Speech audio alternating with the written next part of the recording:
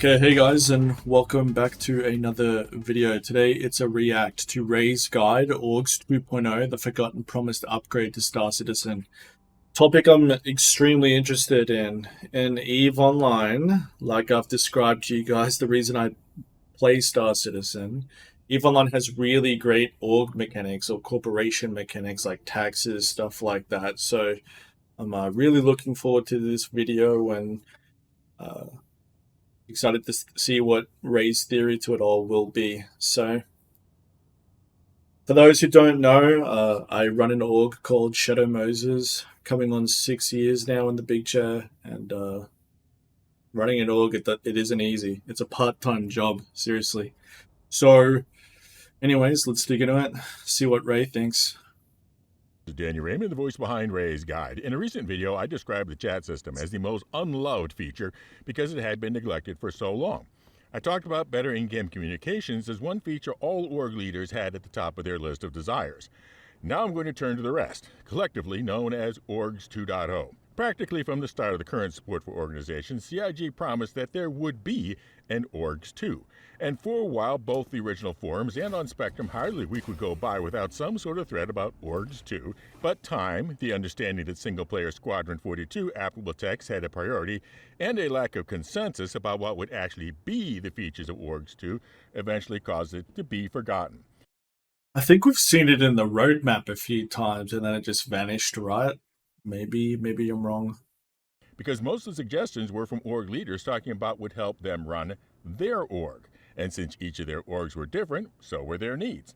Now, to be clear, in most of the MMOs I have played, my relationship with orgs has been either as a member or an outsider, not actually running one. And as of yet, I have not picked an org to join in Star Citizen, although that may change. Yo, Ray, you get sweaty and dogfighting, man, and you want to burn down some villages, come see me. So this is actually somewhat beneficial in that I have no current agenda as to what Star Citizen org should be like. Because what I want to do is start a conversation about Orgs 2, starting from where it must start, and that is exactly what CIG should be wanting to have orgs become more like. I'll tell you one thing too. With the Master Modes implementation getting announced at its next patch, you want to find a home in an organization, and you don't want to be living inside of a small organization when it comes to PvP and Pyro. Like I put in my last video, Master Modes is extremely numbers dependent. I've probably done another 40 hours of Master Modes since my last video about that, and I'm telling you, I'm even more solidified in that opinion. So I feel like when Master Modes hits, this new patch drops, I think you're going to see a lot of the community shuffle around organizations, because there is organizations right now that have never felt pressure. They've never had to compete by going through another organization. They could just move around them and navigate around. Master Modes is going to confront a lot of organizations with a reality of where they sit in the food chain. For example, if I've got a group of, say, 10 players and a group of 30 comes along, not going to look good for my group of 10. So organizations are going to be really telling their story starting next patch. And I think with this pressure to perform, the pressure to win, I think you're going to see some of the smaller organizations maybe get consumed by the larger organizations. Maybe some of the leadership in the larger organizations might get questioned because of the results they're getting from Master Modes, etc., and so on. But I think organizations are going to be important for the first time in 10 years next patch, because team play, group play, and how your org functions is going to be so important. Now, you might get defensive and say what business of theirs what my org is like. And like it or not, the character of orgs greatly affects the character of the community, both for members and non-members. And the character of the community can spoil even the best. Yo, look at his bottom left shield MFD. MMOs. You guys are sick. So it is definitely something that CIG should care about. So here we go. First, what is the target size of an organization in Star Citizen? Really small. At the moment, it's probably around 50. You want to be around 50, and that's based off the shard size. We can also assume that maybe they can get the player count higher, but I'm not that convinced. I'd say you want to be around 50 so that you can fill up half of a server to fight another organization if possible. That doesn't include logistics and stuff in the background, but from a combat perspective. So 50 combat pilots on an average on call, I would say, is probably where you want to be when Master Modes drops, which, for the record, Shadow Moses is not at, but we got the skill to make up for it. The number, I'd say probably 50 to 60 concurrent playing would be right where you want to be. Then obviously you can't cover that in every time zone, etc., but that'd be my number. Small sizes can't seem to do much in terms of interesting gameplay on a regular basis, and really large organizations tend to become impersonal and wind up collecting a lot of dead wood. I know I spent about 6 years employed in a Fortune 500 company and not once thought about wanting to replicate that experience in an online game. I don't think I'm alone in that feeling, but short of imposing a hard cap, what could orgs do to encourage a particular size org? Well, if you want to encourage large orgs, then you want strong support for hierarchical command and reporting structures. If you don't, then instead put a strong support in for alliances, and what might have been a huge org. The problem is when you start creating like bridging mechanics between other organizations to form alliances, then you start to discover the ceiling of a shard really quickly. So I think it's too early for alliances. We can't even get 100 players onto a single scene, onto a single screen in a battle without the game falling apart. And when you're combining organizations and objectives and goals, then you're going to want to squeeze these players and these organizations into single shards, and you're going to hit the limit almost instantly. So a little earlier for alliances now down the track, absolutely, but raise onto a good thought process here, I think. But deep in the future. Gravitate towards a huge alliance of smaller orgs. But there's a bigger thing about how to encourage large orgs or not, and that is whether certain levels of rewards are locked behind levels of effort that can only practically be accomplished by large organizations. For example, if we get the ability to build our own ships, but capital ships like the 890 require quantities of work that can practically be achieved only by a group of thousands, then expect organizations of thousands to be the norm. Oh, man. Can you imagine? See, I love the idea of this. Like large organizations are gatekeeping large tasks, and small organizations are gatekeeping small tasks. So you have to be nimble enough to do these activities, but you got to be large enough to take on these activities. A good example is maybe there's like a system and it's got a lot of rare minerals, for example. Then you're going to want to lock down that system. Well, what kind of effort does it take to lock down a system? How many other groups are you going to be fighting off? Time zones, all that jazz. So I love the concept of, especially when it comes to, like manufacturing stations and ships. Man, now we're talking. Fun. This also goes if groups of that size can control planets, stations, jump points, etc., and then essentially create a join or die dilemma to players and expect joining one of the largest orgs to be perceived as required. Join or die, I like that. And that's very much how it is in EVE. You don't just stroll into someone's property without paying the price, and you've got to have some sort of deal, otherwise you'll shoot on sight. So, yeah. Absolutely. We also need mechanics to be able to identify players with their organizations, like also almost immediately, which I really look forward to. Which segues to the next question. What is the role of organizations in the game setting? In some games, the setting essentially is a struggle between massive clans or corporations for dominance, and then massive organizations are clearly to be expected. But Star Citizen shares a game setting with a single-player game where we play a rookie pilot. The game setting is dominated by institutional power. The Imperator, the Advocacy, the UEE Navy, the massive economic forces like Hurston Dynamics, ArcCorp, and Microtech are features of lore. We play within the structures of massive institutions, not become them. We are the scrappy And I don't like that. I think you should be able to become them. I don't like, the universe to be scripted as much as it is. Leave the players to make the script. That's one of the beauties of EVE Online, is that it's the players and the organizations, the corporations, alliances that are crafting the story that everybody knows of outside of EVE Online. It's not just an NPC script or predetermined. independents, the freelancers, the explorers, the settlers, the mercenaries, and ventures. We are being promised that we will have an apartment on a building with a big corporate logo on top, and not be the logo on top.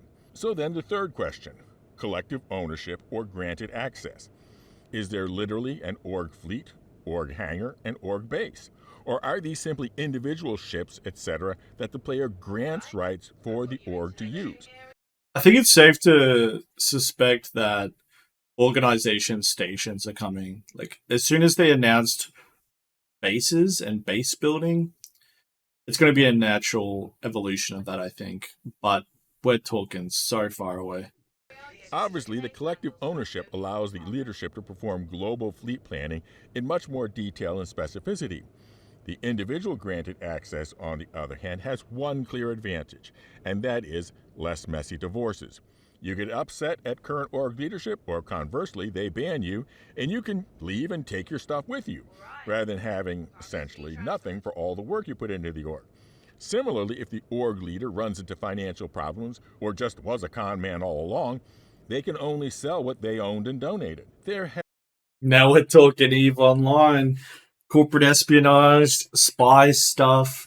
The meta is what they call it on EVE, which is the game within the game. So, awesome that Ray is going down this route. Really cool. Have in other games been some high-profile cases of org members logging in and suddenly discovering that everything of the org is gone. It might not even be the org leader's fault. An estate executor or a bankruptcy receiver will simply see an asset with a value and have a fiduciary responsibility to liquidate it. So the next question is, donations, dues, or taxes? Which will be?